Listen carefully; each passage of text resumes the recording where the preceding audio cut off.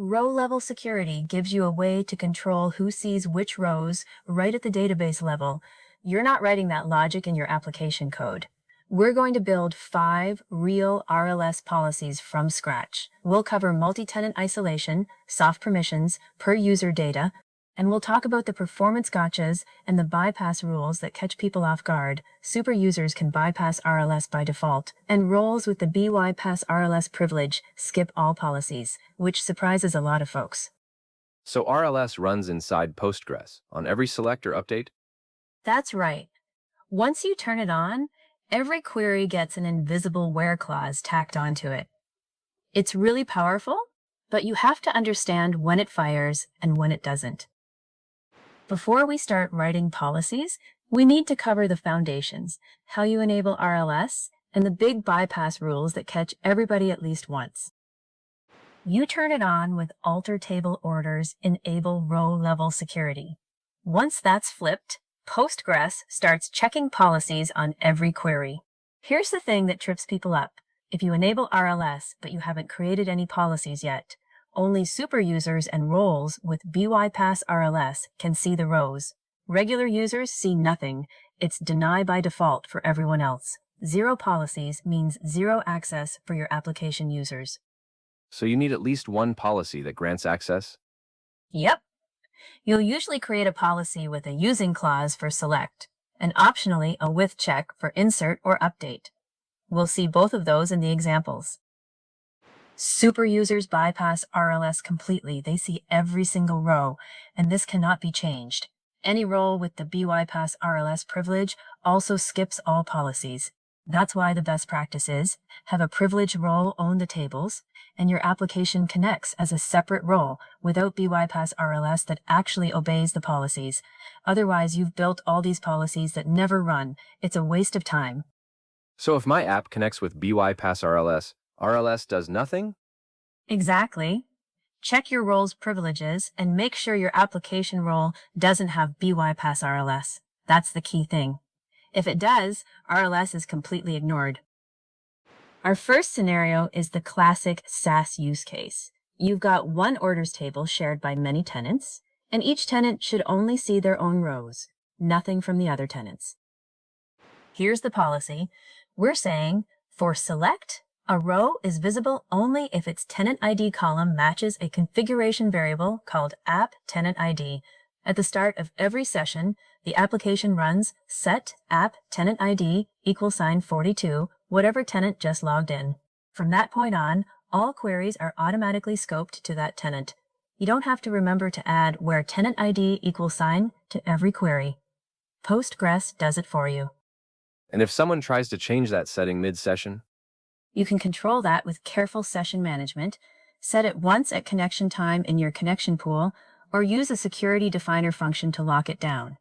The key thing is, the configuration variable is your source of truth, and the policy enforces it on every single query. The policy adds a where clause to every query based on the filter you defined. If you don't have an index on tenant ID, Postgres is likely to do a sequential scan of the entire orders table. For a multi-tenant table with millions of rows, that's a disaster. You're dead in the water. Create the index, create index on orders tenant ID, and the planner will use it. So RLS doesn't automatically optimize? No, it's just a where clause. You tune it like any other query, indexes, statistics, the usual stuff. Run explain, and it'll show you if it's scanning or seeking. Second scenario, an employee can see records from their own department, plus any record that's marked public. This is soft permissions. It's not just checking equality on one column. You've got OR logic in there. The using clause must be a Boolean expression evaluated in the context of the table's rows. Here we're saying, show the row if it belongs to my department, or if the isPublic flag is true. You can combine and, Oregon, whatever you need. Just remember, complex expressions can hurt performance, so keep an eye on the query plan. What if I need to check a lookup table, like department membership? For complex access patterns involving multiple tables, you might need to denormalize the access control result into a column on the row itself and index that, or use a function that returns a set of allowed IDs and check membership against that. The key is keeping the policy expression fast. If it's expensive, every query will be slow. By the way, my DBA's continuous health check will flag exactly this kind of thing. It analyzes your query patterns and suggests the missing indexes. You get the exact create index statement, so you're not sitting there guessing which columns need coverage. Third scenario, each user has their own rows, think a notes app or a personal task list. Only the user who created a row can see it or modify it, nobody else. We're covering select, insert, update, and delete with this policy. The using clause controls which existing rows you can see for select, update, and delete operations. The with check clause controls which new or updated rows you're allowed to write. It has to evaluate to true for the new row data. So you can't insert a task with someone else's owner ID. Postgres won't let you. What happens if I try to insert with the wrong owner ID? Postgres raises an error. New row violates row-level security policy.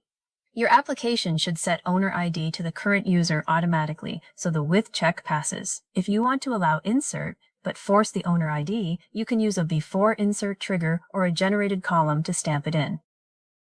Using is the read side filter. It decides which existing rows are visible to you for select, update, and delete. With check is the right side guard. It validates the new or updated row data. For an update, both have to pass.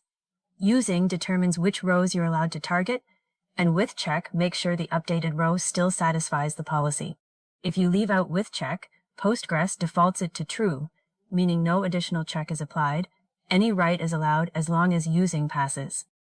So I could have different logic for reading versus writing? Yep. For example, using might let you see all rows in your department, but with check might require you to be the owner to modify them. That's how you implement read many, write own semantics. Fourth scenario, managers can see all rows in their region. Regular employees see only their own rows. We'll create two policies on the same table to handle different roles, different rules for different people. Postgres lets you define multiple policies on one table, and permissive policies are combined with OR. If any policy grants access, the row is visible. You can scope policies to specific roles by checking role membership in the policy logic. So we'll create one policy that checks region ID for managers, and another that checks owner ID for employees. If a user has both roles, they get the union of both policies. Widest access wins. What if I want end logic? All policies must pass. You can mark a policy as restrictive instead of permissive. Permissive is the default and uses OR. Restrictive policies are AND together. All of them have to pass. But in practice, most designs use multiple permissive policies and put complex AND logic inside one policy's using expression. It's just clearer.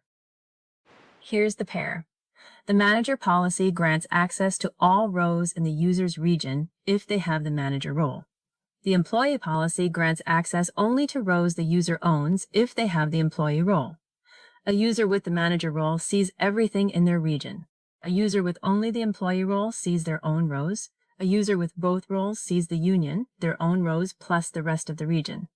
Postgres applies policies based on the session's role and the conditions defined in the policies. And the application sets the configuration variables at connection time? Exactly. At connection time, set app.region and set app user ID. These can be updated during the session if needed. Postgres evaluates which policies apply based on the session's role membership and checks the conditions to determine what you can see. You don't have to do anything else. Final scenario. Rows have a deleted at timestamp, and regular users shouldn't see soft deleted rows, but an admin role can see everything. This is RLS as a soft delete filter. You're hiding rows without actually deleting them. The policy says, show the row if deleted at is null, or if the current user is the admin role. Regular application users never see deleted rows. The admin role may be used by a background cleanup job or a support tool, bypasses the filter and sees everything. You can also use PG has role or a configuration variable instead of checking current user directly, depending on how you've set things up. Does this replace application level where deleted at is null checks? It can. Once the policy is in place, you can drop those where clauses from your application queries. RLS enforces it automatically. Just be careful. If you forget the policy exists and you're debugging later, you might wonder why rows are missing. Document it clearly. Leave a comment. Future you will thank you. RLS policies add a where clause to every query, so performance follows the same rules as any filter.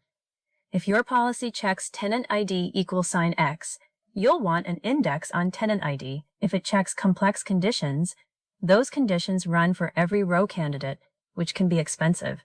Use explain analyze to see the actual plan. Look for sequence scan where you expect an index scan. That's your red flag. What if the policy is unavoidably expensive? Then you might need to denormalize. Cache the access control result in a column on the row itself and index that. Or rethink the schema. RLS isn't magic, it's a where clause, and where clauses need to be fast. There's no way around that. Alright, let's recap the traps. 1. If your app connects with the BYPASSRLS privilege, RLS does nothing. Check your roles privileges. 2. Superusers bypass by default. Don't test policies as a superuser and expect them to work. You'll be confused. 3. Consider indexing columns in your using clause to improve performance. It can make a huge difference. 4. Use custom GUCs to pass user context cleanly. Avoid expensive expressions in the policy itself. And 5. Document your policies. RLS is invisible in the query text, so future developers need to know it's there. Leave comments, write a wiki page, something. Any tools to help audit this? You can query PG policies to see all active policies, and pgstat user tables will show you sequential scans. Explain analyze on a typical query will reveal if the policy is using indexes, and tools like pgstat statements can help you analyze query performance and identify missing indexes on the columns your policies filter by, so you catch it before it hits production and starts melting down. If you're running RLS in production, or thinking about it, connect your database at mydba.dev for a free continuous health check. You'll get a report that flags missing indexes on your RLS filter columns, slow queries that might be doing sequential scans, and configuration tuning specific to your workload. It's free, it takes a few minutes to connect, and the first report lands almost immediately. Then it keeps coming every week as my DBA learns your schema. Check it out at mydba.dev.